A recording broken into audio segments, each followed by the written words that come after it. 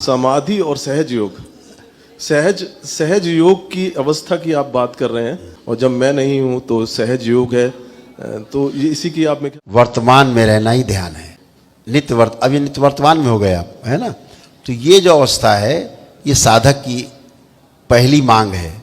जब वो गुरु से कहता है गुरुदेव बड़े विचार आते हैं गंदे गंदे, कहते करते रहो।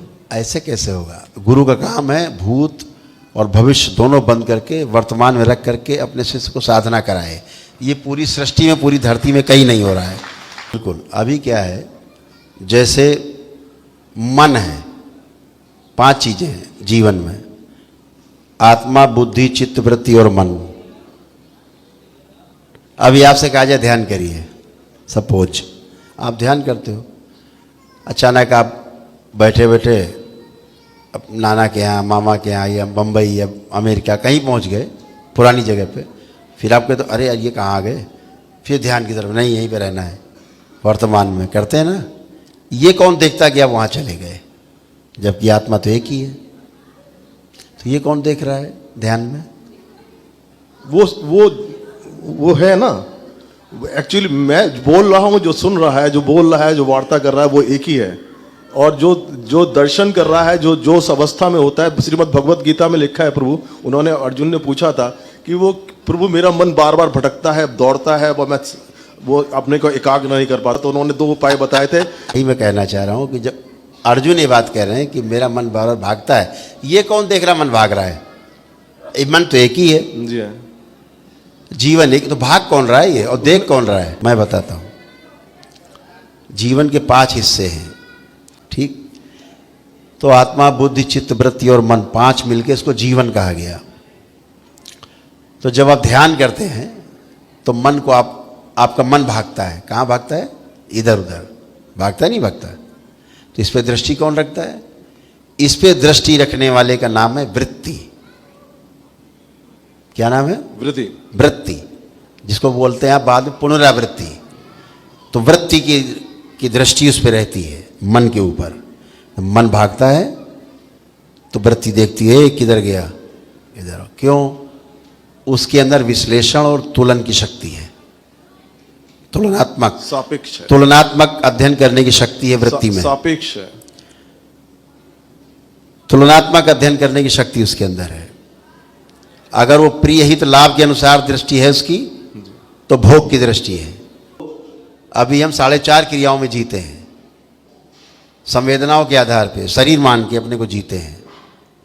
अगर न्याय, धर्म और सत्य की दृष्टि है तुलन की, तो वो योग की दृष्टि है। 10 क्रियाओं में जीना कहा गया उसे। तो जिस दिन जीवन को और शरीर को दोनों को समझ के जीने लगेंगे, वो 10 क्रियाएं हैं जो जीना है। तो वृत्ति का नियंत्रण मन के ऊपर है। देख लेता अमेरिका गया, वहाँ कहाँ गया, लौट के आओ, तो फिर ध्यान करने लगते हैं, फिर आ जाते हैं, फिर कहीं पहुँच गए, ध्यान करते करते फिर वृत्ति देखती कहाँ चले गए, फिर लौट के आ जाते हैं। वृत्ति के ऊपर नियंत्रण किसका है? तो चित्त का है, चित्त का नियंत्रण है, ठीक। चित्त के ऊपर नियंत्रण बुद्धि का है, बुद्धि के ऊपर नियंत्रण आत्मा का है। आत्मा का। ऐसे सृष्टि में साइकिल बना हुआ है। श्रीमद् भगवत गीता के 2 अध्याय में भी जो आत्मा का वर्णन लिखा है, वो सब परमात्मा का है। उसमें अटल भी कहा है और अजन्मा है। गीता में भगवान श्री कृष्ण ने एक बात बहुत स्पष्ट कर दी है। वो साफ साफ कह रहे हैं मैं शरीर नहीं, मैं आत्मा हूं। एक लाइन की बात है जी। और उसके बाद भी हम उनकी भगवान पकड़ के टांग पकड़ लेते हैं उनकी, श्री कृष्ण की। वो कह रहे हैं मैं शरीर नहीं, मैं आत्मा हूं। बस ये कॉन्सेप्ट है।